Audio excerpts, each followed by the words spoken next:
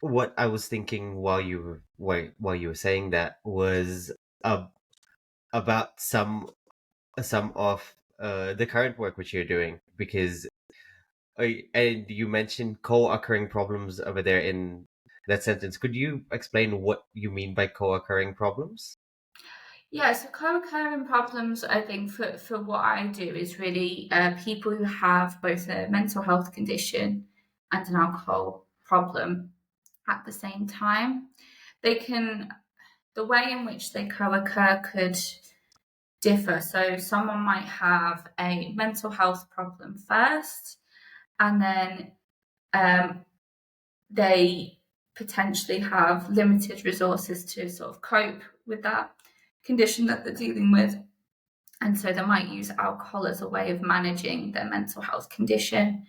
And what happens is that that might become a bit of a cycle, a maladaptive cycle, where they start drinking at levels that aren't good for their mental, physical health.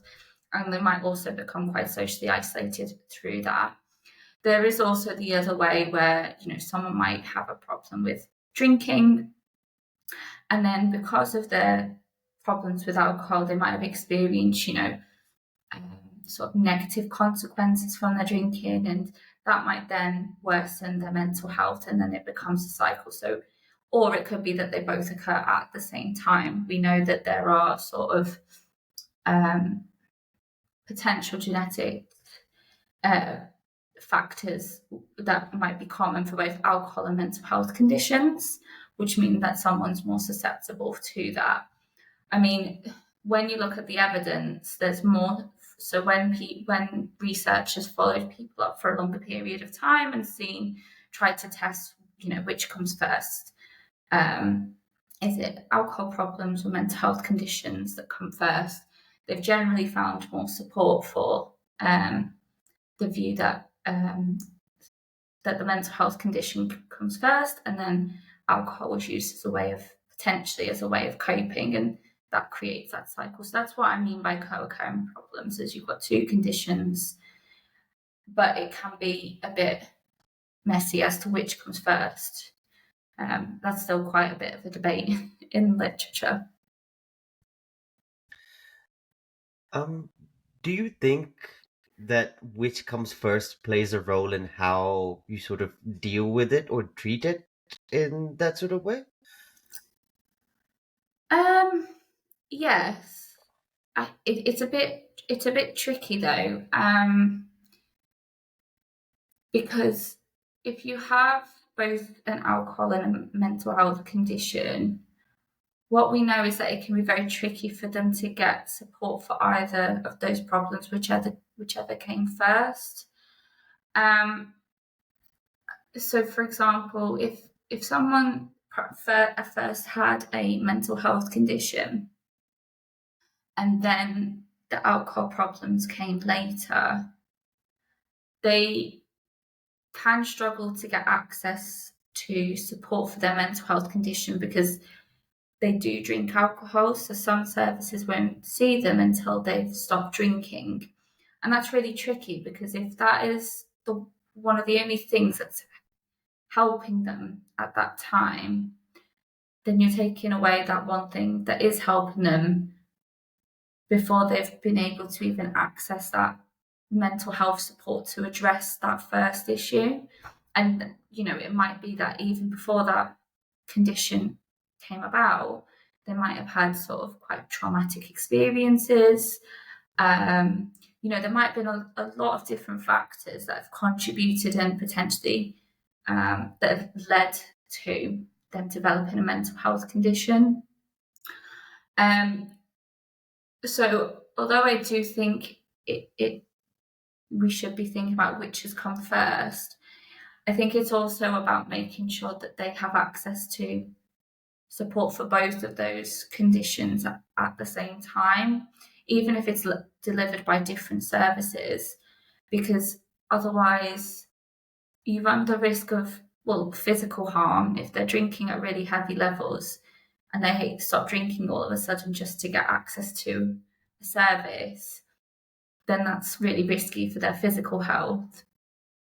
But also, there's then nothing, we know that there's quite big delays in people accessing both alcohol and mental health services, let alone if they need, say, more trauma-informed support, for example. We know that there's big delays in that. And so it's very difficult to tackle those, like one problem at a time, if one is helping the other, even if it's not helping that person, but for that person at that time, it's what's working-ish for them, even if it's potentially causing more harm. Hopefully that makes sense. You sort of touch on the fact that it feeds into different places in this cycle, right? It's kind of like a chicken and egg situation. And I'm wondering if your perception or your relationship to alcohol has changed since sort of as you've sort of undergone this research. That's a really good question. It has, actually, to be honest. It's made me think a lot more about how I drink alcohol, and what it's done for me. I mean, it's hard as well because I've got older, so I can't handle a drink like I used to. But yeah, it has made me think a lot more, and I think it's also made me look at the people around me's drinking, like relationship with alcohol. So, for example, my granddad, he's always had like a bottle of whiskey next to his chair in the living room, right? And that was just, and what was the other one? Can't think what it is.